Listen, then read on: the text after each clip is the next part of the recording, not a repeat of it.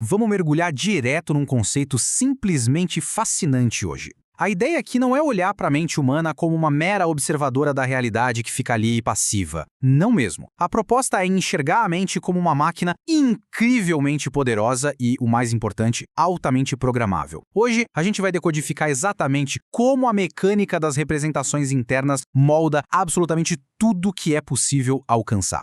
Para dar o pontapé inicial, tem uma citação do poeta Virgílio que captura de um jeito perfeito o poder absoluto das convicções humanas. A frase é: eles podem porque pensam que podem. E olha, não estamos falando daquele papo de pensamento positivo superficial, sabe? Isso é literalmente uma descrição de como o cérebro humano opera nos bastidores, filtrando o mundo ao redor. O que nos traz direto para a tese central da nossa análise de hoje. É absolutamente crucial entender que os estados internos não são verdades imutáveis, cravadas em pedra. Eles são comandos programáveis. E aqui vai o ponto-chave. As crenças funcionam como comandantes absolutos. Aquilo em que se acredita definirá os limites ou o potencial do sistema nervoso. Se a mente recebe um comando de limitação, o corpo simplesmente obedece e trava. Mas se recebe um comando de possibilidade, aí o potencial se expande de um jeito incrível. Então, para a gente entender como reescrever esses limites na prática, o nosso roteiro hoje está bem direto. 1. Comandantes do sistema nervoso. 2. A anatomia das crenças. 3. De onde vêm as crenças? 4. O mito do fracasso. 5. Reprogramando a mente. E, por fim, 6. Assumindo o controle total. Seção 1. Comandantes do sistema nervoso. Todo esse framework que a gente está destrinchando hoje tem como base o livro Poder Sem Limites, do Anthony Robbins. Essa obra propõe toda uma ciência de realização pessoal baseada em modelar a excelência humana.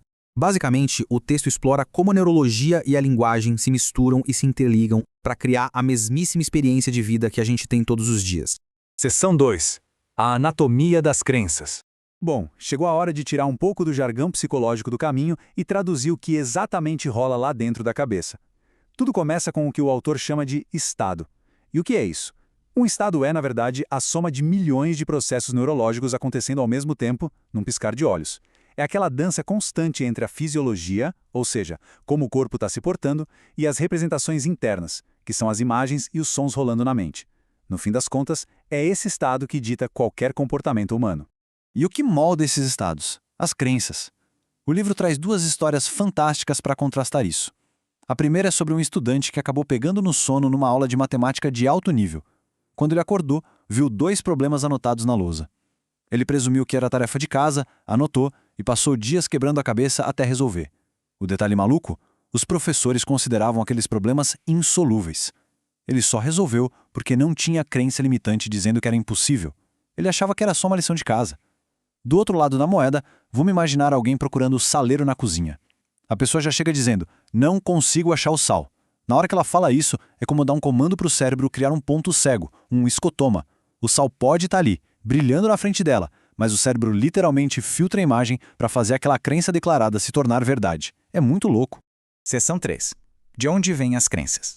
Se essas crenças têm toda essa força para ditar a realidade, a pergunta de $1 milhão é: de onde elas vêm afinal? O material mapeia 5 fontes principais que instalam esses programas na mente. Primeiro, o ambiente. Ele é implacável em moldar o que a gente acha que é possível. Segundo, os eventos. Sabe aquelas experiências marcantes que viram a nossa visão de mundo de cabeça para baixo? Pois é. Terceiro, o conhecimento. Ler sobre as conquistas dos outros, ver documentários, isso pode quebrar as correntes de um ambiente que está limitando a gente. Quarto, os resultados passados. O velho ditado sucesso atrai sucesso é real aqui. E quinto, a visão de futuro. É a capacidade de criar mentalmente um resultado desejado de forma tão vívida que o cérebro já começa a agir como se aquilo fosse realidade. Seção 4. O mito do fracasso. Dando sequência, a gente precisa falar sobre reformular um conceito que, historicamente, é talvez o maior sabotador de potencial humano que existe. A frase é essa aqui: não existe fracasso, existem apenas resultados. Essa é uma mudança de paradigma essencial no livro. Pessoas que atingem níveis absurdos de excelência simplesmente se recusam a acreditar na ideia de fracasso. Quando uma tentativa não sai como planejado, elas encaram isso como um dado valioso, um resultado que serve só para guiar e refinar o próximo passo. É mudar completamente as lentes de como se enxerga o mundo. Seção 5. Reprogramando a mente. Com tudo isso em mente, a gente entra na fase da solução prática.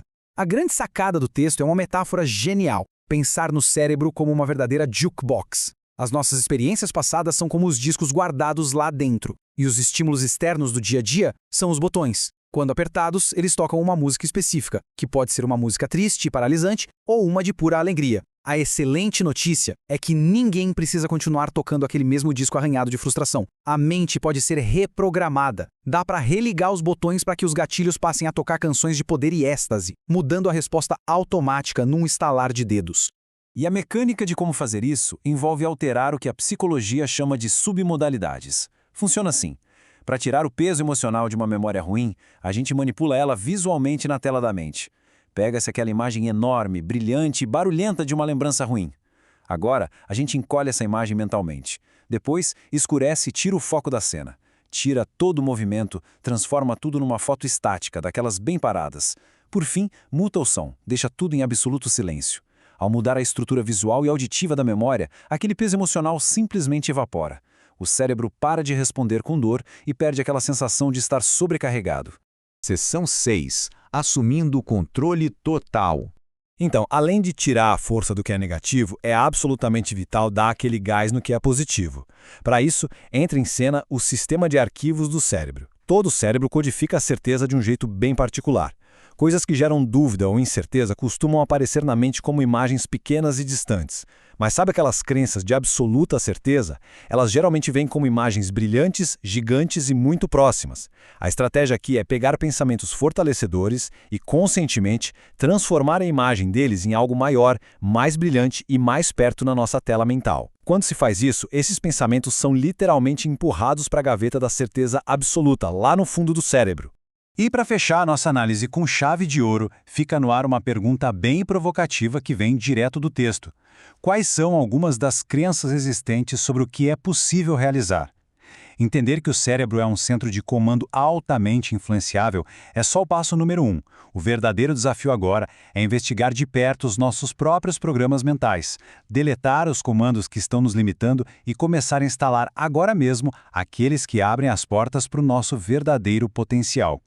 Muito obrigado por acompanhar mais esse mergulho profundo e vamos continuar sempre questionando as realidades que a própria mente constrói.